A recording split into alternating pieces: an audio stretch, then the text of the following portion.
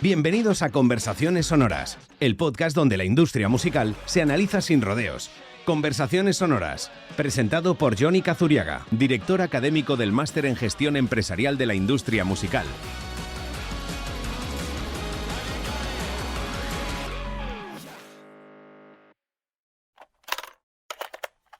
Bienvenidas, bienvenidos a este sexto episodio del podcast del Máster de Gestión Empresarial de la Industria Musical de UNIR, al podcast Conversaciones Sonoras. En este sexto episodio contamos con el lujo de tener a Patricia Hermida. Patricia, bienvenida, muy buenas tardes. Muchas gracias. Gracias a vosotros por invitarme. Nada, a ti. Para contextualizarte voy a hacer una pequeña introducción tuya para los y las oyentes. ¿Trabaja Patricia en la industria musical desde hace poco? No, trabaja desde hace mucho, desde hace 30 años, con lo inmensamente joven que es, trabaja desde el año 95 en la industria musical y ha desempeñado múltiples roles que iremos entendiendo a medida que vayamos conociéndola con la charla que vamos a tener. En los últimos años es cierto que se ha centrado fundamentalmente en el papel de manager y de productora. Luego hablaremos de títulos suyos y de bandas y de artistas a los que ha asesorado. Además de manager y productora en los últimos años, ella fue copresidenta del International Music Managers Forum desde el año 2019 hasta el año 2022. Y desde el año 2016 fue una de las socias fundadoras de MIN, de la Asociación Mujeres en la Industria Musical. Y por si fuera poco, es presidenta de AGEM, la Asociación de Clientes de Empresas Musicales de Galicia. Así que, Patricia, bienvenida. Muchísimas gracias por estar aquí. Muchas gracias a ti. Leído así parece muchísimo, pero a mí se me pasó volando. Todo Me he eso que quedado dijiste muy fue corto. Uf. Me he quedado muy corto. No he hablado de tus títulos universitarios que iremos conociendo. Y ligado a esto, puesto que sé que eres licenciada superior en Derecho Económico, ¿qué hace una chica Sí, como tú, licenciada en Derecho Económico, creo que por la Universidad de Vigo? sí. ¿Y En por un mundo qué? como este. En un mundo como este, en aquellos años 90, ¿por qué te decidiste? ¿Cuál fue? ¿Había una pulsión tuya o ya familiarmente había un recorrido? ¿Había cierta experiencia en el sector? Cuéntanos. Mira, realmente esto viene pues un poco por algo que creo que ahora está más que superado, ¿no? Y era el oír realmente pues cuál era la voluntad de las personas y a lo que se querían dedicar. Yo siempre tuve muy claro que mi mundo iba a estar ligado a algo que no fuese el derecho, solo que se esperaba de mí que yo fuese pues una gran juez o una gran notario, básicamente porque mi padre era una persona súper inteligente que en su tiempo se había sacado la carrera pues con todos los honores habidos y por haber, que no venía para nada del mundo del derecho ni de la judicatura, pero que, pues no sé, quería una hija juez o notario. Y yo, bueno, pues en mi afán, lo que hablaba antes, ¿no? De cumplir con esos cánones, de, de contentar a la familia del seno, de mi madre, que no tuvo la oportunidad de estudiar y que también quería que su hija pues, tuviese una carrera universitaria notable, pues era lo que menos me desagradaba. Pero yo en el fondo quería estudiar publicidad y relaciones públicas. Esa era mi primera meta. No fue, pues, simplemente por el hecho de que, sonaba como a vas a acabar en una discoteca en la puerta dándole las buenas noches y los buenos días a la gente que entra y que sale, ¿no? Y claro, no se consideró suficiente, entonces fue por eso por lo que me orienté hacia ahí. Tuve claro casi desde el primer año que no iba a ser una abogada convencional. Además, bueno, como tú bien señalaste, John, mi especialidad era la economía y yo lo de estar en medio de números en una empresa no me veía yo ahí. Entonces, en cuarto fue cuando di un golpe encima de la mesa. Tuve un año y una crisis brutal, existencial, pero justo se juntó con esa primera experiencia que tú me hablabas de ese 1995 en el que yo, bueno, pues ingresé sí, como muchos de los que nos oyen como músico, como música en el mundo. Y ahí pues dije, a ver, si no valgo para estar encima del escenario, yo tengo que poder hacer algo detrás del escenario. Y ahí fue cuando reorienté un poco mi destino hacia la propiedad intelectual, que era lo único que veía que podía tener salida y relación con el derecho. Pero vamos, desde un principio lo tuve claro, John. El problema fue que nací en un momento un poco atrás, claro, sí, como tantos y tantas, como ¿no? tantos, Como efectivamente. Que tantas y parece tantas. mentira que estemos hablando de esto, ¿eh? Porque Sí, quiero decir, sí, sí, hoy en día nos parece impensable, pero es que era ya las mentalidades en las que éramos, bueno, la gran cuestión y la gran cuestión pendiente que nos queda, ¿no? El dilema educacional, en cómo educamos, en qué educamos, porque es que a mí no se me educó en esa necesidad, se me educó en lo que esperamos que seas, ¿no? Y todo esto claro, lo digo con el máximo cariño a mis padres, pero totalmente, sí que es cierto que no me planteé desde un principio decir, no, no, que yo quiero hacer publicidad de relaciones públicas y voy a hacerlo. No, no, claro. yo sabía que tenía que hacer derecho económico. Claro, incluso un curso universitario o un máster sobre la industria musical, que en aquel entonces no existía absolutamente nada, salvo que si te fueras a Había uno cuando yo acabé que era de la SGAE, que de era SGAE, un sí, curso, sí, un curso de gestión, pero no lo vi claro porque no estaba homologado, no era oficial y en aquel momento, bueno, claro, los cursos, ahora hay un nivelazo, la UNIR, por ejemplo, tiene un nivelazo brutal, ¿no? Pero antes era como un poco experimental, entonces me dio muchísimo miedo y sobre todo, volviendo otra vez a lo mismo que estamos hablando, era un curso al que podías acceder sin tener esa licenciatura, porque lo mío es una licenciatura. Entonces, como que no tenía prestigio suficiente para mí y no, tenía que ser un máster oficial. claro. En fin, titulitis, Y yo le tú llamo titulitis, titulitis, John. titulitis, así es. Y tú en aquellos años ya, o sea, eras voraz en el consumo musical, ibas a muchos conciertos, a muchos bolos, comprabas vinilos, falsificabas, hacías casetes allí, etcétera. Hombre, Cuéntanos, hombre, hombre. Mira, no, yo compré hacías mucho copias, no vinilo. falsificaciones. No, copias porque era lo que teníamos, John. O sea, claro, los chicos y chicas que nos estén escuchando ahora flipan, pero lo cierto es que, claro, yo de mi sueldo semanal ahorraba todo lo que podía para ir a una tienda que había de discos cerca de mi casa, que era el acontecimiento del sábado, o sea, el sábado que me tocaba comprar el disco era el día y el señor me acababa echando, niña, vamos a cerrar, son las 2, porque es que no sabía qué disco comprar, pero a la par convencí a mis padres para que comprasen una mini cadena que tenía un casete grabador, entonces estaba pendiente de Claro, la radio a todo momento para darle al rec y que no me molestara el locutor y no me fastidiase el final de la canción. Pero sí, sí, consumía mucha música. Además, fíjate, en mi casa siempre, bueno, mi padre tenían unos gustos bastante diferentes. Mi padre escuchaba cosas, bueno, Miguel Gallardo, ¿vale? Vamos a okey, enaltecer la perfecto. figura de ese gran señor, que también lo fue. Pero mi madre era mega moderna, entonces te escuchaba desde Beach Boys a Juan Luis Guerra, a de repente sonaban los Beatles, de repente sonaba Rocío Jurado, o sea, mi madre era una revolucionaria en su momento. Entonces yo crecí en eso. Yo recuerdo con 4 años cantar con mi madre Girepa. Yo decía Girepa, tenía 4 años, mientras mi madre tendía la ropa. Y mi madre, que no sabe inglés, me decía Girepa, y yo Giroure. Y lo recuerdo, o sea, yo nací con la música. Yo comerciaba con la música, yo, Ajá. con 4 años. Con 4 años, Comerciabas con yo 4 años, sí, traduces. comerciaba yo sí, fíjate, con mi cuerpo y con mi voz, porque yo era muy pequeñita, entonces, claro, antes no eran los tiempos de ahora, que también teníamos cosas buenas, y yo subía andando sola al cole, con 4 años, ¿vale? No era el rollo que hay ahora, era un pueblecito pequeño, también los vecinos te veían pasar, saludos a todo el mundo, buenos días. Para bajar no había problema, John, pero para subir era una cuesta arriba muy grande. Entonces, los profes del cole me paraban y me subían con la condición de que yo les cantase una canción, que era por aquel momento Lady Lady, la que me pedían siempre. Cuidado que es duro, ¿eh? Pero me pedían Lady Lady, que ellos no la conocerán, pero era un temazo que fue a Eurovisión y que fue una revolución en España y bueno, yo me ganaba mis subidas al cole con el Lady Lady, sí, sí. Ya, ya, O ya sea que hay la había un música germen, claro. siempre, Sí, sí, sí. siempre, siempre.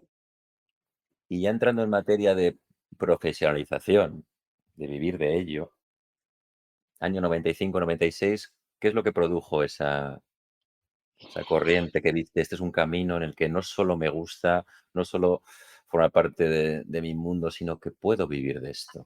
Mm, ¿Cómo entender que había posibilidad? No que vas a vivir de esto, sino entender que haya posibilidades de desarrollo profesional de algún tipo, de lo que Pues fuere. pues fue totalmente aleatorio y estuvo también muy relacionado con el entorno educacional. Fíjate que cuando surge, pues, la posibilidad de hacer el grupo es de una forma totalmente espontánea. Yo tocaba en un grupo que se llamaba Avalon, que hacíamos folk y que éramos todo chicas, porque estudiábamos en un colegio que era femenino. Esto existía antes también, ¿vale? Es que parece que Mm, estamos hablando de antes de la guerra civil. Un poco sí, pero no tanto, ¿vale? Entonces, resulta que había una obra de teatro y yo de actriz no me veía. Entonces, fui a hablar con la profe y le dije: "Profe, ¿qué te pa?". Era una obra de Castelao que se llama Os vellos non deben namorarse, que tiene una parte que ha sido musicada a posteriori, porque tiene, en previsión en el texto hay unas coplas y unas yo le ofrecí a la profe: "Mira, yo sé que Sela toca la flauta, yo sé que Irene toca el arpa, yo toco la guitarra, ¿a ti te importaría que le pusiéramos la música en directo?". Que puede la profesora le encantó la idea, entonces, pues lo hicimos. Gustó tanto y nosotros nos sentimos tan cómodos que decidimos continuar, y decidimos continuar de la forma pues, más ingenua y más tonta, pero claro, eso fue creciendo poco a poco y ahí vino un poco la reflexión que estabas planteando tú antes, Jon. O sea, yo vi y todas vimos que en un momento determinado estábamos ganando más dinero que nuestros padres, porque lo estábamos generando realmente. Fue un momento, además, entre el 97 y el sí. 2002, que el folk tuvo un boom muy importante. Ujú. Había mucha demanda, los cachés estaban bien, se pagaba bien, no Sí, eran las locuras que hay ahora, pero bueno, eran buenos cachés, girábamos prácticamente por toda Europa y llegó un momento en que yo recuerdo tener esta conversación con mi madre y decir, mamá, es que estoy ganando más dinero que tú al mes, que me claro. resultaba súper violento, ¿no? Entonces ahí sí que, a ver, nunca hubo la pretensión, creo yo, por nuestra parte, de dejarlo todo, porque, bueno, como te decía antes, teníamos esa responsabilidad, ¿no? De tener una carrera, de acabar nuestros estudios, siempre lo fuimos compaginando, pero sí es cierto que todas vimos que a lo mejor si hubiéramos seguido, sí hubiera sido posible vivir de la música. Bueno, de hecho, algunas de nosotras sí continuamos Y en ahí la música. surgió Patricia, ahí surgió la Patricia, la gestora del grupo, la que hablaba de números, de contratos, Sí, de sí, giras. sí, sí, totalmente, porque además, bueno, si ahora la figura del manager es un rara avis, porque hay muchísima oferta de grupos y somos pocos los que, y hace falta, bueno, un manager de un tipo muy específico que realmente pueda hacer un buen trabajo con tu grupo, en aquel momento no existía la figura del manager. Entonces sí, era la Patricia que tenía un teléfono móvil en el año 99 que no lo tenía nadie porque era el teléfono de contratación del grupo. Y sí, la que hacía los números, la que se encargaba de que hubiera una gestoría que nos diera de alta la seguridad social. Sí, ahí Mm, empecé un poco a ver lo que era pues la gestión y hacer esas divisiones para que quedase siempre un fondo, alquilar una furgoneta, o sea, la gestión de lo que viene siendo un tour manager o un road manager, sí, pues sí, la hacía yo. Y luego, o sea, del mismo modo que llegaba con la furgoneta y aparcaba la furgoneta, me subía al escenario y cantaba, o sea, sin claro. ningún tipo de Una problema. de una manera natural, orgánica, es decir, no hubo una votación por parte de las componentes, elegimos a Patricia porque es la más seria, rigurosa, no. No, no, eligieron a Patricia porque todas eran menores de edad, yo nada más. Yo era la única mayor de edad que podía hacer cosas. Sí, sí, es triste, pero no, miento. Había una chica que era mayor que yo, pero no tenía carnet de conducir. Entonces, ya, por ende, me tocaba a mí conducir y claro, para firmar un contrato no podía firmar el resto, lo tenía que firmar yo. Entonces, sí, fue un poco, bueno, fue un poco decisión, pero también fue un poco circunstancial. Okey. Y ya te plantas como gestora del grupo, y el siguiente salto, es decir, cuando ya trasciende a Ay, mi grupo y ya estamos hablando de otros entornos, ya mira, el eres vista no desde el punto de siguiente vista del sal cariño, el talento, sino del rigor profesional. mira, el siguiente salto viene de una crisis muy grande a todos los niveles, pero a todos yo creo que fue que se juntó con la que contaba antes, ¿no? De encontrarme con que estoy volcada en una carrera que al final no me aporta lo que creo que está aportando y veo abocada mi vida a un camino que no quiero seguir. Una situación personal que fue pues que me dejó un novio, hablando claro, y fue el fin del mundo, en el momento fue el fin del mundo, ahora me da la risa, pero en el momento era el fin del mundo, y que realmente, bueno, pues yo ya llevaba un recorrido con el grupo, era un proyecto que estaba hecho desde el cariño, desde el amor, pero ya se empezaba a complicar por dos motivos. Uno, por lo que te estaba diciendo, que cada una teníamos nuestras carreras y cuando quedábamos para ensayar era más dramático que realmente un placer, que era como nació, ¿no? De decir, bueno, pues quedamos para crear música. Ya se empezaba a convertir en un lastre. Y ya empezábamos a tener los roces de, jo, no viniste a ensayar, ¿por qué no avisaste? O sea, ya era como se estaba generando así un mal clima. Y yo a la vez también me daba cuenta con esta oportunidad que tuvimos en la vida, que fue un regalo de poder girar por toda Europa, yo veía un nivel por ahí, John, que decía, Claro, Dios, yo es que no puedo estar subida al escenario, no puedo tener el morro de estar subida al escenario con esta persona que canta tan bien o que toca la guitarra tan bien, ¿no? Entonces se juntó todo y el que ya en la última etapa fue nuestro manager, que sí lo conseguimos, porque bueno, ya resultaba un grupo rentable y demás, de los 2 últimos años, de repente me vio un día en una crisis que me salí de un concierto, acabé un concierto y me puse en una esquina a llorar y me dijo, ¿a ti qué te pasa? Y le digo yo, bueno, es que me está pasando esto, no es un buen momento y tal. Y me dice, ¿te apetece currar conmigo? Y yo en ese momento dije, ¿cómo? ¿Pero qué me estás diciendo? Sí, yo necesito una persona que me eche una mano, yo creo que tú tienes aptitud, tienes la experiencia del grupo, si te apetece, probamos. Y fue cuando dije, o sea, fue como una luz que vi ahí, dije, Dios mío, estoy claro. sumida en un pozo negro, ¿por qué no probarlo, no? Y fue cuando lo probé. Tuve la gran suerte, John, que siempre lo digo y me gusta destacarlo, que tuve a una persona súper generosa, súper abierta a enseñarme todo lo que sabía y que sorprendentemente, pues, al final se convirtió en mi socio, ¿no? Que dejó incluso de ser mi jefe para ser mi socio, porque apostó siempre por mí y tuve mucha suerte, porque esto no es lo habitual. Pero fue de una forma bastante reveladora y casuística a la vez. No estaba en mis planes, no dije, bueno, pues ahora como estoy en Claro, este túnel voy a lanzar currículums. No, no, fue él mismo que me lo ofertó y empecé, bueno, pues aprendiendo mucho básicamente, porque no tenía ni idea de nada, de nada. claro. Pero ahí se juntarían probablemente, corrígeme, 3 variables, ¿no? Que te gustaba mucho el mundo de la música, que ya lo has dicho, Sí, que tenías aptitudes y talento gestora, orden, administración, etcétera, sí, ¿no? Y que por sí. otro lado, también tú veías que con las 2 variables podías generar un desarrollo profesional y valor para la propia industria. Es decir, que aunabas todos esos 3 Sí, de una manera cuidado táctica, que no te digo una manera sí, racional y meditada, pero sí, no, no, pero luego sí lo analicé, John, y es un ejercicio duro, ¿eh? Sobre todo porque es cierto que hay mucha gente que a priori accede a este mundo, con una propuesta artística y que luego tiene que dar esos pasos atrás. Y claro, y es muy acertado lo que acabas de decir tú, ¿no? A lo mejor tienes determinadas actitudes que te hacen brillar en cualquier otro campo y no eres lo suficientemente bueno como para tener una propuesta artística, o lo eres, pero tu proyecto no se entiende. Y al final quien lo tiene que entender es la audiencia, el público. Pero es un ejercicio que duele. Yo estuve mucho tiempo sin poder hablar del grupo, porque realmente a mí me gustaba lo que hacía. Y hay que pelear un poco y hacer ese ejercicio de humildad y decir, pues igual no soy lo suficientemente buena. Y de irlo reconvirtiendo, perdón, a lo que estamos hablando, ¿no? Bueno, pero a ver, yo tengo una formación, sé perfectamente cuál es la estructura de una empresa, sé perfectamente pues cuáles son las leyes que pueden colindar en una organización de espectáculos. Jolín, vamos a llevarlo todo para ahí. Eso fue el truco, ¿no? Es decir, vale, no he desaprovechado nada, de aquí tengo un grandísimo aprendizaje, esto ha sido la mejor carrera que podía tener, ahora voy a juntar todo el conocimiento que tengo, lo confluyo y voy a probar, que también cuando empecé no tenía muy claro que me fuese a gustar. Ya no trabajar en mi proyecto, en trabajar para proyectos de otros, que eso no es lo mismo, ¿no? Tu proyecto siempre trabajas con mucho más cariño, más amor.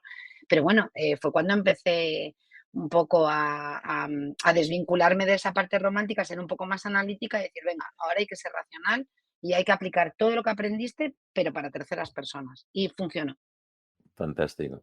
¿Y recuerdas el momento en el que ya con ese socio tuyo empezaste ya a diversificar, entrar en otro, vamos a representar, ser manager de este, el otro? Vino con un grupo en concreto que nos planteó, era un grupo que ya no existe, que se llaman Os Tempés, era un grupo, legendario en Galicia, un grupo que venía, pues, de la música folk, pero que empezó a introducir elementos de rock, eran unos puncarras, o sea, para puncarras Os Tempés. Era una cosa, loquísima. Entonces, cuando contactaron con nosotros, nos pidieron que le organizásemos una gira. Ese fue el primer, contacto, ¿no? Venían tan quemados los pobres de la anterior agencia de management que tenían, que vieron cómo trabajábamos, y además fue algo que José, mi socio, que en aquel momento era mi jefe, bueno, pues él estaba más encargado de la parte técnica, es más su campo, ¿no? Que fliparon. Y cuando acabaron la gira, se sentaron con nosotros y dijeron: Nosotros no queremos que esto se acabe aquí, o sea, queremos trabajar con vosotros porque realmente hay un cuidado, hay un mimo, hay un estudio de las condiciones que no hemos visto nunca". Claro, yo tampoco tenía muy claro que era un manager, porque no, yo empecé más bien en el campo de la producción. Y claro, sí que encontré, o sea, eso sí que me salía innato, John, porque eso sí que lo aprendí yo del grupo. Quiero decir, yo los trataba a ellos como me hubiera gustado que me hubiesen tratado a mí cuando yo no tenía manager, ¿no? Decir, bueno, es que llego a los sitios y no sé ni qué equipo tengo, si hay camerinos, si no hay camerinos, si hay catering, si la prueba es a las 5, si... Tú llegabas allí, llegabas al festival y bueno, estoy aquí, y, no, vuestra prueba era a las 9. Es que nadie me lo dijo. Entonces, claro, yo todos esos mimos y esos cuidados que hubiera querido para Avalon, los trasladé a ellos y ellos se sintieron queridos y arropados, ¿no? Y luego, bueno, hicimos un trabajo muy bueno y mientras estuvieron activos fue muy divertido trabajar con ellos, porque además era gente que ya tenía mucha historia detrás y tuvieron esa última etapa pues muy respetuosa y muy acorde con lo que ellos buscaban, ¿no? Que era pues Claro, trabajar mano a mano con alguien. claro. Tú en todo este proceso, una persona como tú que gustara o no gustara, había sido estudiosa, había tenido una licenciatura, para aprender de la industria, estamos hablando de otros tiempos, para aprender de la industria, ¿tuviste inquietudes de formarte, de lecturas, de cursos, de grados, de cuéntanos? Lecturas, era lo que tenía John. Yo no o sea, no había acceso a ningún tipo de formación porque es que, bueno, yo lo que hice fue al final, compatibilizar este comienzo en el mundo laboral con Sí. acabar la carrera, con hacer el máster y de repente pues dije yo, bueno, ya hice el máster en propiedad intelectual, había este de gestión cultural que estaba pensando si hacerlo o no, no me convencía y al Ujú, final lo que acabé fue comprando libros americanos, todos los que pude y más, pero con el método que había antes, John, que era ir a mi librería y que ellos, hablasen con su proveedor para ver qué me podían ofrecer de libros de allá, porque aquí no había absolutamente nada de literatura. Y claro. viendo, pues, es que no, prácticamente, o sea, Internet era, bueno, cuestionable. Valía para mandar correos y para consultar, 4 cositas, pero no era la ventana que hay hoy en día, ¿no? Entonces, bueno, yo creo que tengo la biblioteca, siempre presumo, ¿eh? La tengo aquí, que de hecho fue lo único cuando, me fui a vivir yo sola, lo único que me llevé de mi casa fue mi biblioteca. Debo tener una biblioteca de unos 10.000 euros ahí. Ahora no valen ni un euro, claro, obviamente, pero yo me debí de gastar como 10.000 euros en libros, porque es que era de donde podía aprender de todo, de sonido, de luz, de Claro. estructuras, de negocio de industria musical, o sea, todo en los libros y en inglés. Fantástico. Bueno, vamos a entrar poco a poco en el siglo XXI, si te parece. Sí, por favor, porque es que ahora, Problemáticos, hoy en día, cambalaches. la Sí, sí. fantasía que es, pero Siglo bueno, XXI, que es que aparte cambalaches. parece que estamos hablando de, no sé, Sí, del del 1930. Pleistoceno citerior. El, Sí. em, claro, tú entras en, y ya profesional, en el siglo XXI, con cambios de paradigma dentro de la industria, sobre todo en la industria grabada. ¿Cómo te enfrentas a ello? ¿Cómo vas evolucionando a medida que van avanzando estos cambios de modelos de consumo? Sobre todo, insisto, en la música grabada, en esa generación, a comienzos del siglo XXI, sobre todo en España también, de las nacimiento de estos megafestivales que entran ahí, y tú como managers, como productora de bandas, etcétera, ¿cómo vas entendiendo esa canalización para evidentemente con el objetivo de generar valor para tus artistas, que para eso trabajas, claro. Yo creo que todavía no acabo de entenderlo, con eso te lo digo todo. porque va todo, va a una velocidad bastante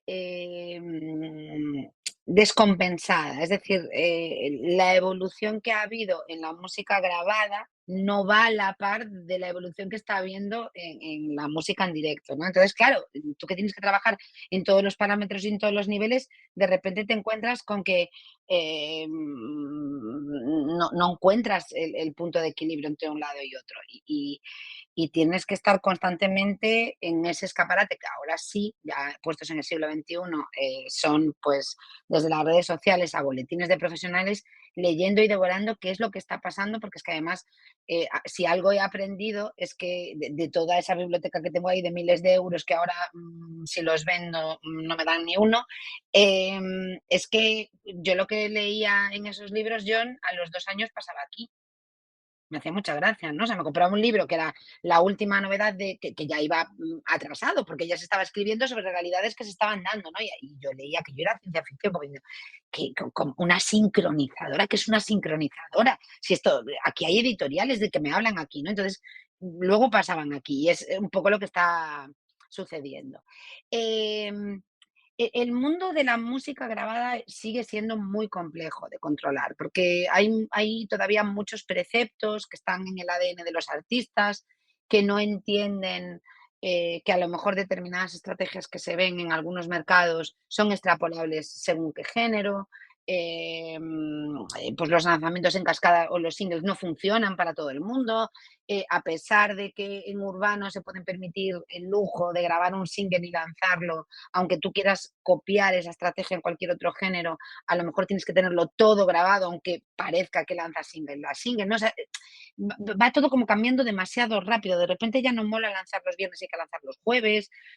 Es como un poco caótico y sí que hay que hacer un estudio personalizado para cada uno de los grupos. En la música en directo el paradigma es claro, o sea, el modelo de festival que se está haciendo ahora es aquel que asegura la venta de entradas a través de 4 o 5 cabezas de cartel. El resto, hay algunos festivales que rellenan esos huecos que les quedan en base a unos criterios de unos que tienen que cumplir por unos patrocinios o por unas subvenciones. Hay otros que siguen una línea editorial, menos mal que quedan, que sí que se preocupan de poner en valor los nuevos talentos, y hay otros que, bueno, no sabría explicarte qué paradigma siguen. De repente, pues ves una mezcla de ambos criterios, ¿no? Pero sí se ha perdido con el rollo este de que los festivales ahora programan en abierto, que ya no hay festivales de nicho y demás. Sí que se está viendo, bueno, yo creo que un fenómeno que es digno de estudio, ¿no? Lo que están pasando con los carteles de los festivales hoy en día resulta duro porque tú en Galicia hay muchos festivales, pero es el mismo cartel 25 veces. Entonces ya, bueno, hay que ver cuánto va a durar también. Así es, Patricia. Mira, como sabes, el podcast tiene un enfoque pretendidamente didáctico. Para si los que nos están escuchando dirán, pues a mí, o yo soy, estoy incipiente, quiero ser o soy manager de mi grupo o de mi grupo de amigos. Para ti, con este recorrido que llevas, las funciones son claras, representarles en todos los ámbitos. Si quieres, luego puedes contar las funciones básicas de una manager, en tu caso. ¿Cuáles son las actitudes connaturales para funcionar en este mundo como manager de alguien, ¿no? O sea, tanto recorrido, ¿qué características, digamos, que tiene que tener para que esto funcione? Evidentemente, entiendo que tienes que querer a al artista, pero por otro lado tienes que ser muy analítica para con la industria y Sí. generar valor para el artista, ¿no? Sí, pero yo creo que esa actitud es la más fácil de desarrollar. La más difícil es la capacidad de escucha y de entendimiento, que es fundamental, porque al final no vas a poder nunca acertar con la estrategia que le venga bien a tu artista si realmente no eres capaz de entender o de hacerle razonar, o sea, capacidad de escucha y capacidad de razonamiento. ¿Por qué sí o por qué no se deben de tomar determinadas decisiones? A mí me gusta hablarlo absolutamente todo con los artistas con los que trabajo, incluso las cosas más disparatadas. Cuando llegan propuestas que me río yo misma cuando las estoy leyendo y decir, pero ¿cómo se les ocurre ofrecernos esto a esta empresa o a este festival, ¿no? Me gusta hablarlas porque al final nos ponen los pies en la tierra, yo, o sea, yo comparto absolutamente todo. Y es cierto que a mí me gusta partir siempre de que se haga un análisis cada cierto tiempo del estado del grupo, ¿no? De los objetivos que quiere el grupo, de los objetivos que yo digamos, valido, de los objetivos que yo veo que a lo mejor el grupo no ve y de los objetivos que son totalmente imposibles de conseguir. Yo siempre trazo un plano corto, medio, largo plazo y hago como la columnita, yo tengo 3 columnas, ¿no? Y yo bueno, trabajo así, esto es verídico, ¿eh? No me lo estoy inventando. Yo trabajo primero con un timing que es fundamental, o sea, capacidad de organización, que es otra de las actitudes fundamentales para un manager, y capacidad de plasmación visual, porque los artistas ¿cómo se dice? Ven pero no miran. Es que en Vigo tenemos un problema y es que confundimos ver con mirar. Es ven, pero mirar es cuando estás con atención con algo, ¿no? Vale. Ellos ven, pero nunca miran. Entonces, ¿cuándo era que tenía que entregarte? Lo tienes ahí. Entonces, colores, todo muy gráfico, un Excel muy llamativo con todo lo que tenga que ver con música grabada va en rojo, todo lo que sea inminente en amarillo fosforito, o sea, todo como muy, muy, muy llamativo para que lo vean y ya les salte, ¿no? Yo trabajo con ese planning, Ok. intento que el planning esté montado pues como para los 5 próximos meses, a no Sí. ser que ya tengamos un lanzamiento y entonces ahí ya normalmente trabajo con un año vista. Y luego tengo mis 3 columnitas, que es la columna de los deseos posibles, la columna de los deseos imposibles y la columna de los deseos es lo que hay. Yo la llamo así, ¿vale? La de es lo que hay es cuando realmente tenemos una falta de financiación o una falta de visibilización del grupo y me llaman para hacer un programa que a lo mejor no me interesa mucho, pero detectamos que hace mucho tiempo que no tenemos una impresión en pantalla. Lo vamos a hacer. ¿Vale? Eso es lo que hay que hacerlo. Entonces, claro que son pactos constantes con el grupo y negociaciones y hacerles ver que a lo mejor en esa columna de imposibles hay cosas que se mueven para los posibles y al revés, pero lo fundamental, lo más importante para mí de un manager es la capacidad de diálogo con el artista. A partir de ahí todo se puede construir y todo se puede formular, pero la capacidad de diálogo, de entendimiento y de hacerse entender es vital, Ok, es lo más importante. más importante. Y al hilo de lo que comentas, con tu experiencia, porque aquí no hay, puede haber opiniones globales, ¿no? Pero en base a tu experiencia, denotas, porque hay un consenso generalizado en que a nivel, desde el punto de vista técnico, musical, las bandas de hoy son mejores en general. Tiene más formación técnica, musical, que las bandas de los años 80, 90. Y la pregunta que te hago no es por esa vis, no es por la vis artística, sino por la vis gestora, profesional. Tú en este recorrido que llevas, que ya es muy extenso, denotas que hay como un mayor o algún representante de la banda o del grupo en cuestión con mayor dosis de intento gestor, de profesionalización, de tomarse las cosas más en serio del papeleo, digamos. El papeleo más en serio, o No, sigue siendo una absoluta cuestión. y rotundamente no, todo lo contrario. Es cierto, o sea, estoy 100% de acuerdo en que vamos a dejarnos de romanticismos de las bandas de los 60, los 70 y las drogas y es eso el rock and roll, que sí que es cierto que hubo grandísimas bandas, tampoco las conocimos todas porque no llegaban, no había la posibilidad de demostrar al mundo entero lo que hacían muchos grupos que seguro que se quedaron por el camino porque no tenían las posibilidades de acceso a la industria que hay hoy en día, pero yo creo que estamos en un momento creativo muy, muy, muy potente y que sin duda, para mí, en todos los años que llevo, es el mejor. Yo, bueno, llevo 30, algo ya vi, ¿vale? Pero sí que hay ese romanticismo, ¿no? Que yo creo que hay que romper de una vez ese mito de... deberíamos hacerlo cada vez mejor, eso es lo cierto. Y desde el punto de vista artístico, no lo dudo. Ahora, desde el punto de vista de gestión, de asunción de responsabilidad, no creo que estemos peor, porque peor no se podía estar, estamos igual. O sea, sigue habiendo un desinterés general por parte de los grupos en todo aquello que no sea, ahora hay dos facetas. Antes era solo crear, ¿no? El arte. Ahora está crear y defender la marca. que obviamente viene siendo igual de importante en los tiempos que corren, ¿no? Pero no hay interés. Y yo que me dedico a formar artistas desde Fundación Paideia, que hay un programa de apoyo para artistas emergentes y demás, es que veo que hago una mentoría sobre derechos de autor y al día siguiente le preguntas y te vuelven a decir, ah, pero eso es que me suena, lo de las GAE y lo de la propiedad intelectual y de esto no puede ser. No puede ser. Y yo siempre intento transmitirle lo mismo, Jon, a los artistas y, bueno, por ende a los managers, ¿no?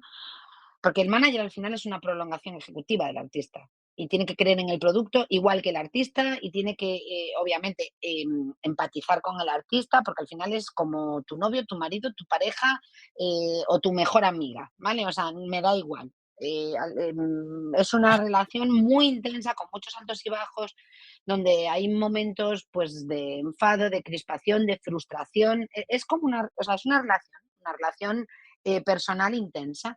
Entonces, yo siempre les digo, es que nadie va a defender tu proyecto mejor que tú.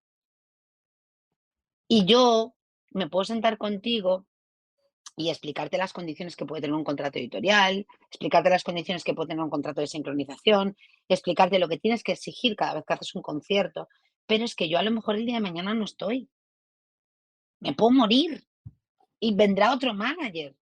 Y a lo mejor el manager que viene detrás no tiene ni la vocación que tengo yo de que tú aprendas a defenderte por ti misma en el mundo de la música o en la industria de la música, y te engaña. Es que he visto cientos de contratos, yo, pero cientos, ¿eh? Cientos de contratos que me pregunto cómo han sido capaces de firmarlo con el mínimo entendimiento, la mínima capacidad de Sí, sí. raciocinio y que ha sido todo por la ilusión de poder salir y tener un hueco en la industria musical, ¿no? Yo siempre lo digo, cuando Operación Triunfo hizo su última edición en Telecinco, que fue una edición que se cortó porque no tenían audiencia, yo negocié todos los contratos de salida de esos niños y eran aberrantes, aberrantes. Era horrible lo que tuve que leer. He cerrado a posteriori contratos de las nuevas ediciones y recuerdo en concreto uno que fue una chica que ahora tiene, bueno, tiene su hueco en la industria Ujú. musical y me dijo, bueno, te voy a mandar los contratos y si te parece, pues pasado mañana nos damos una llamada y tuve que coger el teléfono y decirle, pasado mañana no, necesito por lo menos un mes para estudiar todo lo que tienes aquí. Es que los Claro. contratos, tenía pues un contrato por cada una de las vertientes de pata de negocio, o sea, un contrato para merchandising, un contrato para editorial, un contrato para discográfico, otro contrato para directo, otro contrato para derechos de imagen, pero unos contratos leoninos, abusivos, y que además es que entre ellos se contradecían, o sea, había cosas que decías, Claro. pero vamos a ver, si sois los mismos. Entonces, hay que tener mucho cuidado en este sentido y para eso, cuanta más formación y cuanto más podamos prepararnos, tanto los managers como la gente de la industria, de la música, de la cultura en general, va a ser más beneficioso para que no se produzcan estas situaciones abusivas, que se siguen produciendo y que son dignas de los años 90, porque estos contratos son los propios de cuando empezaron a hacerse los contratos de 360 Claro, grados, ¿no? Que eran como claro. yo te pillo por todas partes y no puedes respirar. Sí. Pero el artista sigue teniendo que aprender cómo funciona el negocio. Igual que están a la última y a mí muchas veces me sorprenden con, no, vamos a publicar el domingo por la mañana porque el domingo por la mañana es cuando el algoritmo de no sé qué, no sé qué, no sé cuánto. Y digo, ah, vale, bien, no me había enterado de esa última actualización, ¿no? Bueno, pues también tienes que saber cómo se están negociando, por ejemplo, los porcentajes cuando tú vas a hacer no me gusta decirte lo neo, una apertura para otro grupo, ¿cuánto te corresponde de derechos de autor? Es importante, porque al final Claro. es tu negocio. Entonces sí que es necesario en ese sentido no estamos mejor. En el artístico sí, y lo digo con orgullo, qué caray. Ujú. Sí, sí, totalmente de acuerdo. Con lo cual, una de tus conclusiones es que sigue estando ahí esa barrera en la parte, digamos, más de derechos, más farragosa en general para los artistas, pero por otro lado es cierto que desde el punto de vista de marketing, redes, con todas estas cuestiones, sí, ahí sí que en esa vertiente de la parte gestora, de la parte de comercial de los proyectos, sí que están más cercanos, ¿no? Sí que les gusta más, por simplificarlo. Mm, Mira, Tampoco yo de momento no he dado con un artista que me diga que le gusta publicar en las redes sociales. Todavía no he encontrado uno. De hecho, Sí, fíjate, hoy sale un tema de Agorafobia, que es una de las bandas con las que sí, yo trabajo, sí, sí. que hablan precisamente de esa esclavitud, de la Ok, esclavitud de querer siempre más, de ser más perfecto, pero todo por lo que estamos hablando, por la tiranía digital, ¿no? De que parece que si no estás, no comunicas. Yo nunca recomiendo eso, porque creo que al final se pierde la esencia del grupo. Es decir, obviamente hay que tener una coherencia, es un canal de comunicación que está utilizado y que está, digamos que existe un consenso como que sea la ventana al mundo y claro que hay que alimentarlo de contenido, pero tiene que ser un contenido que realmente represente y que no imposte nada, porque al final luego claro. tu propuesta tiene que ser coherente con lo que tú estás mostrando en las redes sociales. Es Ujú. difícil encontrar el equilibrio y hay mucha gente que, bueno, para mí comete el error de voy a externalizar todo esto en una agencia, a una agencia puede hacerte el copy, pero el contenido lo tienes que definir tú, porque tú eres la marca. Y hay más conciencia, pero no, yo sigo pensando que el artista lo único que quiere hacer es componer, crear y tocar. Eso es lo que realmente quisiera hacer el artista. Luego está esta vertiente, sí es cierto, de las tendencias más urbanas y reguetón, y que parece que están más ligadas a la defensa de un determinado prototipo de imagen, ¿no? Yo creo que ahí sí a ellos les resulta más fácil porque digamos que es como una cultura que aborda o abarca todas estas vertientes, pero para un músico de rock o de pop de hoy en día les resulta muy difícil o muy complicado o le cuesta estarse grabando, pues ahora os voy a cantar un trozo de mi canción de no sé qué. A lo mejor no le apetece. Y a lo Y mejor tenemos que dejar de pensar que estos son los únicos canales para relacionarnos. Ojo, que no, yo no, llevo una claro. reflexión No, muy profunda con esto. totalmente, totalmente. Es una buena reflexión. Y para acabar con este tema, entonces, para ti, sí es cierto que, porque son las funciones del manager, de la manager, ¿no? Esas labores de canalización de todos los derechos, de los contratos. Pero desde tu punto de vista, sí que tiene que haber, obviamente, una transmisión permanente de información a los artistas a los que representas, a los que representas.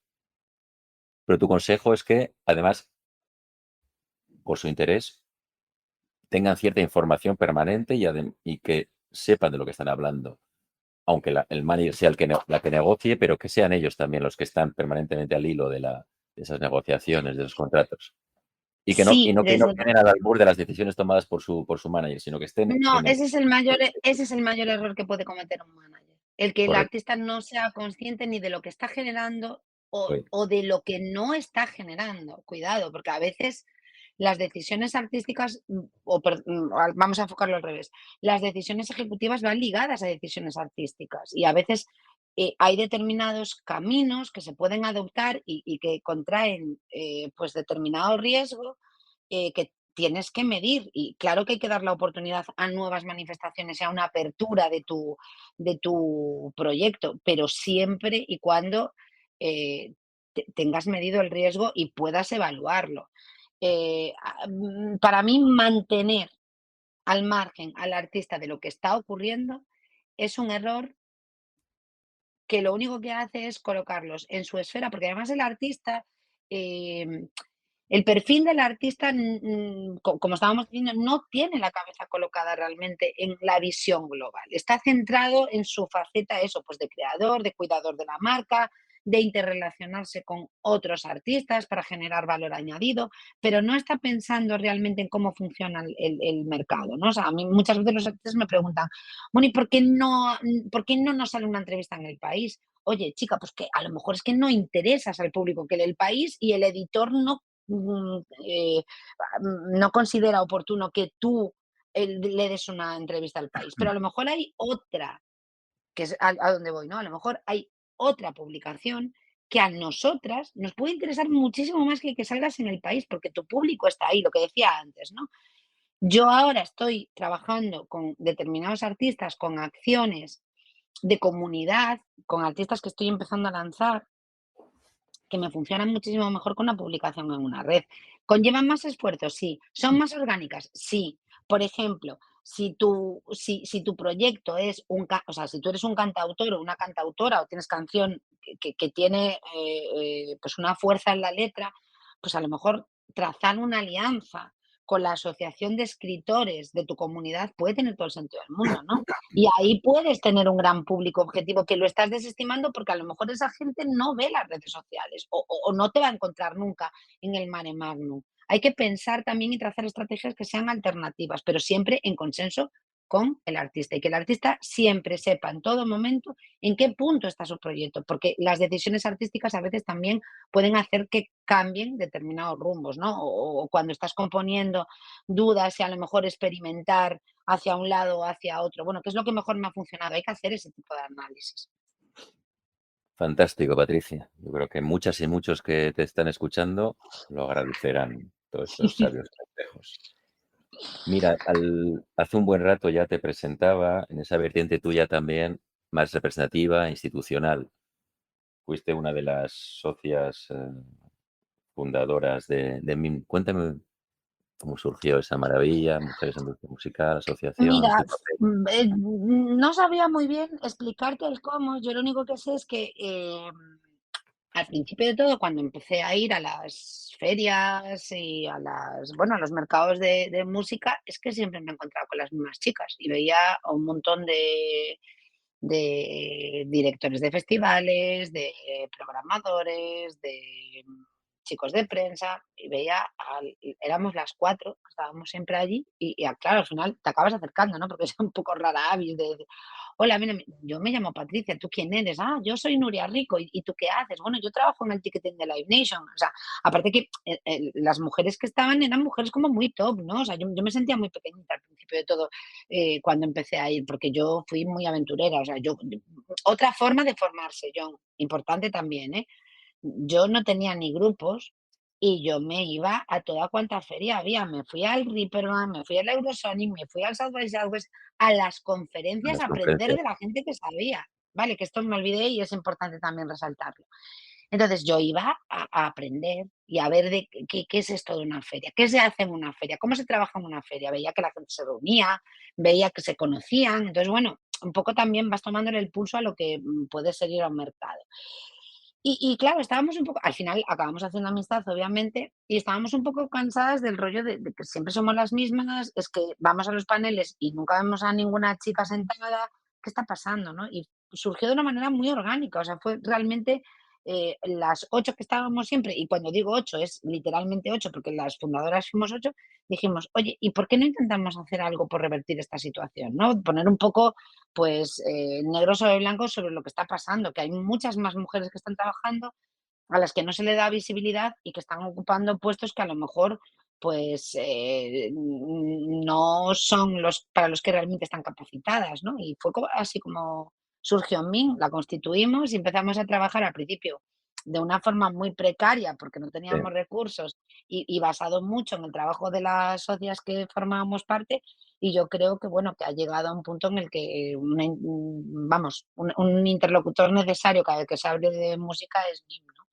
Yo ya no estoy en la línea activa es verdad. porque lo que también consideramos desde la asociación es que tiene que haber una renovación constante para dar voz a nuevas perspectivas y que es necesario y totalmente imprescindible. Yo aporté mis 8 años de estar en la junta directiva y ahora hay gente muy potente haciendo cosas muy guays. Yo estoy, bueno, siguiendo siempre todos los avances bueno, siguiendo y celebrando todos los avances que se consiguen, claro. Claro.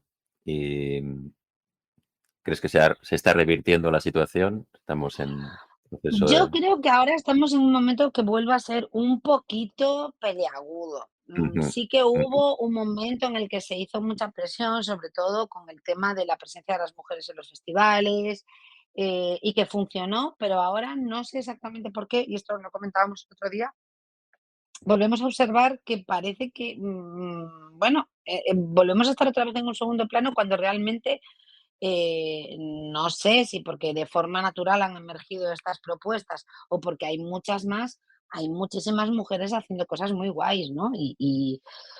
Y fíjate, el otro día me despertaba bastante alterada porque una de las subvenciones que salen a festivales en la Comunidad de Galicia, de la Diputación de La Coruña, que siempre tuvo en cuenta el criterio de la presencia de la mujer como o sea, como un criterio puntuable, de repente ha desaparecido el criterio y no entendemos por qué. Cuando en los festivales, fíjate, saliendo la subvención a estas alturas, sí. los festivales obviamente ya tienen formulados sus carteles.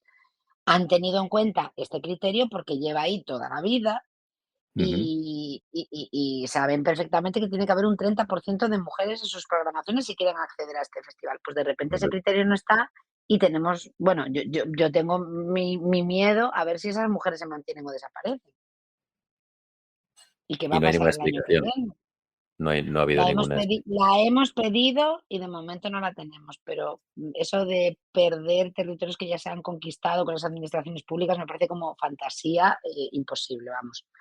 No, ahora mismo no tengo todavía el motivo por el que se ha hecho. Quiero pensar, fíjate, es triste lo que voy a decir, John, pero dime. quiero pensar que ha sido que en el cortapegas se les ha escapado. Fíjate, a dónde llego a justificarlo, porque si no, no lo entiendo. Bueno, confiemos en que esa explicación que os deben os la vayan a dar Esperemos que sí, y sin que que sea os ver, convincente. que sea convincente, efectivamente. Bueno, proseguimos portando un poco con esa vis tuya, ¿no? De dar valor a la industria ya después de tanto recorrido, de una mirada más atalágica en asociaciones. Esta asociación galega de, ¿no? De proyectos De musicales, empresas musicales, sí. de empresas musicales, ¿vale? Cuéntanos, ¿qué hacéis ahí? ¿Qué maravillas haces? Mira, yo entré en el 2020, ese año fatídico para todos, porque pensé que había que hacer algo y había que movilizarse porque, bueno, lo veíamos todos muy negro, ¿no? O sea, mientras el resto de la gente, claro, más o menos vislumbraba un futuro, nosotros es que veíamos que no íbamos a poder hacer conciertos nunca más. Entonces, bueno, entré y siempre recuerdo, porque odio el número, no soy supersticiosa, pero ese en concreto siempre fue mi número de clase, siempre lo odié, fui la socia número 13. Era una asociación que llevaba mucho tiempo en activo, que había tenido un gran desgaste por una falta de gestión efectiva y cuando entré yo me di cuenta de que la gestión era totalmente horrible. Entonces, cuando entré, coincidió con que la directiva que se había perpetuado en el cargo porque nadie se presentaba para ser presidente ni presidenta, dije, pues venga, yo soy de las personas que pienso que las cosas no se cambian con los brazos cruzados esperando a que te llamen a la puerta. Las cosas hay que provocarlas y hay que hacer que sucedan. Entonces dije, pues me presento yo. Por supuesto gané, porque no se presentó nadie más, entonces gané yo. Es mi gran mérito de haber ganado unas elecciones sin rival posible. Y a partir de ahí empezamos a trazar un poco, bueno, un plan, ¿no? Un plan que creo que en estos 3 años, bueno, justitos, hemos hecho 3 años, la directiva actual, hemos hecho 3 años ahora en marzo. Podemos estar muy orgullosos porque lo que notábamos en primer lugar, a ver, es una asociación muy transversal que agrupa a todos los elementos de la cadena de valor, porque sí que consideramos que a la hora de enfrentarte a una posible negociación con una administración pública, el valor está en la fortaleza del sector, no solo del talento, no solo de los managers, no solo de los festivales, sino de todos en un compendio.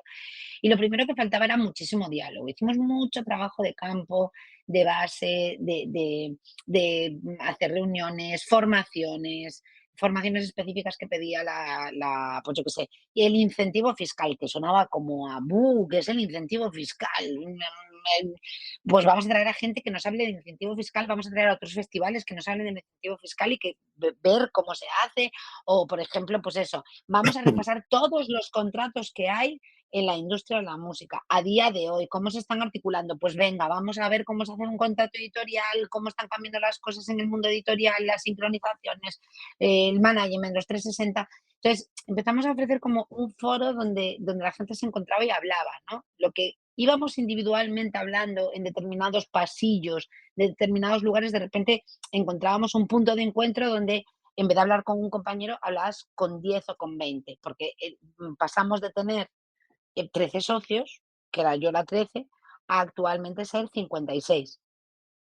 Digamos que la gente se dio cuenta de que era necesario sumarse, porque se estaban generando cosas y se estaban negociando en bloque, pues, cosas muy interesantes con la Xunta de Galicia, hasta el punto que conseguimos el año pasado hacer un estudio de la industria musical en el año 2024 que arrojó un montón de datos y ahora mismo estamos trazando un plan estratégico para la industria musical con el horizonte en el 2030. Fantástico. Estamos revisando absolutamente cómo se están haciendo las cosas, estamos viendo cómo nos relacionamos con las administraciones, cómo nos relacionamos entre nosotros y vamos a dejar marcada una hoja de ruta de aquí al 2030 que creo que puede ser muy interesante. Luego sucederá o no sucederá, pero ya solamente en el proceso ya estamos aprendiendo todos tanto y estamos Claro, cogiendo tanta conciencia de la fortaleza que tenemos como sector y que somos necesarios todos, desde el técnico de sonido hasta el batería o el cantante, que está siendo un ejercicio muy, muy productivo y muy necesario para realmente, pues, bueno, poder defender luego no solo las cifras, sino lo que estamos aportando realmente a la sociedad. qué bueno, fantástico. Y ya que hablas de hojas de ruta, ¿cuál es la mirada de Patricia Hermida para ese 2030 respecto a la industria? La mirada ¡Uf! intuitiva y ¡Uf! analítica.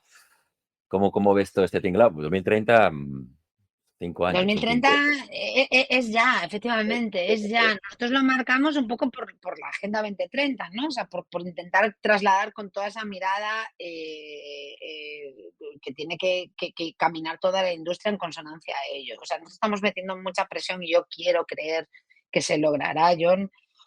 Em, una armonización real, sobre todo para el sector que está más detrás del escenario, ¿no? O sea, una armonización laboral, una armonización social, una armonización eh, en todos los En sentidos. todos los Cuando sentidos. hablamos, a mí me hace mucha gracia cuando hablamos de sostenibilidad y pensamos en el vaso que arrojamos al suelo y se convierte en un árbol. No.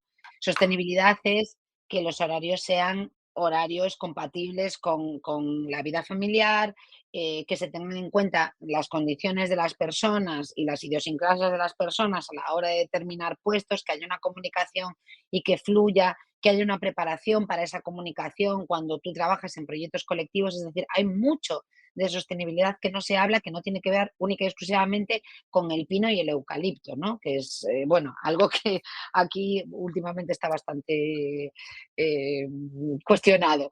Pero para mí eso es ahora mismo lo más importante.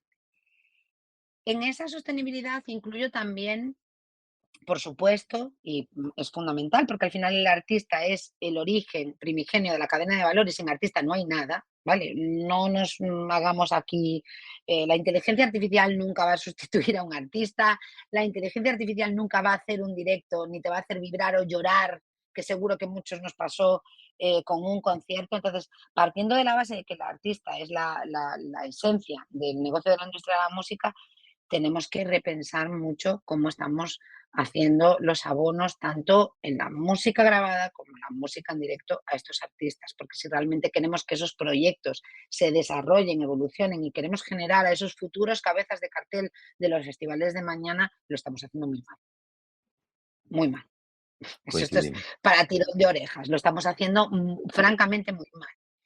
Entonces, yo quiero pensar, y nosotros estamos trabajando en ello, en cómo ayudar a desarrollar ese talento, cómo fortalecerlos con herramientas que realmente sean efectivas, cómo trazar planes que tengan sentido.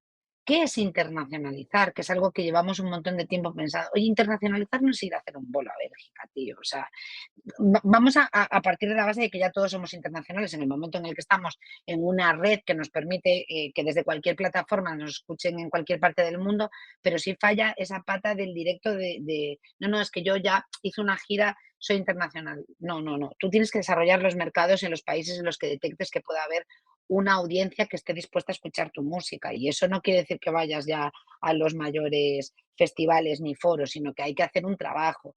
Eh, en cómo nos relacionamos con la administración pública. Ahora mismo tenemos un problema muy grande, John, que la administración pública es nuestra mayor amiga y nuestro peor enemigo. Desde el momento en el que sí que es cierto que están apoyando, y aquí, por ejemplo, en Galicia tenemos algunas líneas interesantes que estamos consiguiendo que se desarrollen para el talento y para que los artistas puedan crear.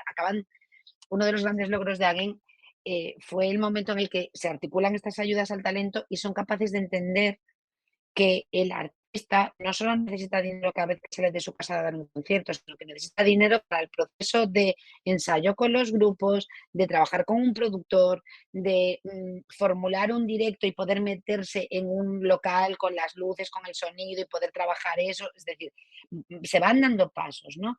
Pero realmente, por ejemplo, con el tema de los festivales, sabemos perfectamente que hay determinados festivales que dependen de esa financiación pública para poder subsistir, sobre todo aquellos festivales más diferenciales, más especiales y que tienen que ver más con la vinculación a la cultura y no con el entertainment, pero al mismo tiempo esa inyección de dinero a veces resulta perversa y a veces está haciendo que las inflaciones en los cachés y las peleas de los festivales por los artistas generen una situación de discriminación negativa hacia los grupos que están empezando, porque se lo gastan todo en los cachés de los grandes y luego te dice, tengo 300 euros para ti, y dices, no. También hay que tener mucho cuidado con estos planteamientos. Y yo eso lo digo a las bandas. Una de las cosas, mira, fíjate, una de las cosas, y lo puedo contar y lo voy a contar. Agorafobia, que os hablaba antes de ellas porque acaban de sacar este tema que habla de la tiranía contra las redes sociales. Un día recibo una llamada del Resurrection Fest y me dicen, bueno, es que tenemos un slot para agorafobia. No os voy a decir el precio, pero era por debajo de 500 euros, ¿vale? O sea, imaginaos. Ya, Y yo les digo, pues no, no, no, pero dejadme hablarlo con el grupo. Entonces, en mi afán de que toda la comunicación sea fluida y que todo el mundo sepa por dónde van los tiros, yo me siento con ellas y atención al razonamiento aplastante que me ofrecen, que es, mira, Patricia, nosotras tenemos comprado el abono para el Resurrection. incluso, Somos 5, por lo tanto el abono son aproximadamente unos 700 euros. Salimos ganando porque vamos a ir a tocar, podemos vender los abonos y con la pulsera que nos dan pues ya estamos todos los días allí y digo, vale, pues ganasteis, tías, o sea, claro, me habéis hundido, pero bueno, ha sido una decisión que yo les he transmitido y que yo les he dicho, yo no lo haría. Me parece devaluar el grupo, pero lo que hay que cuestionarse, John, no es que ellas acepten y que me así es. tumben con un razonamiento aplastante, es cómo son capaces desde un festival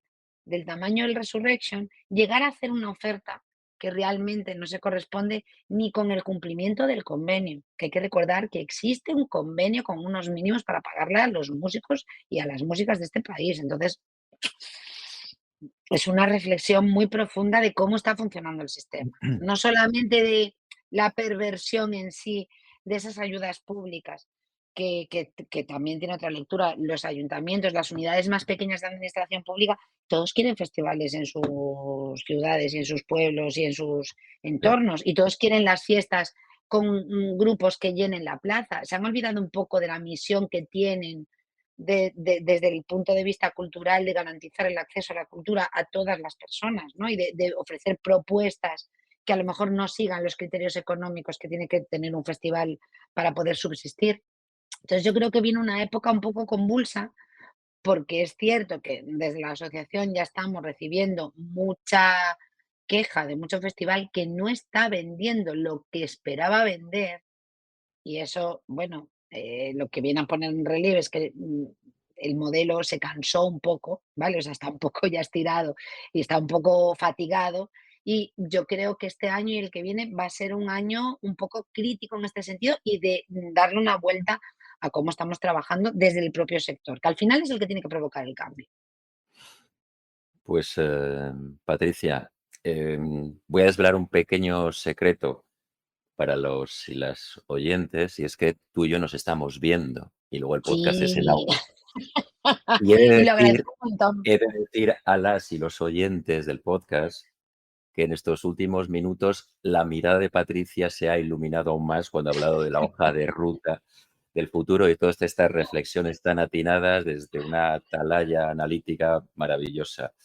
Patricia, qué de cosas nos has dicho al final y nos quedamos con Bueno, las ganas de otro, podremos tener otro.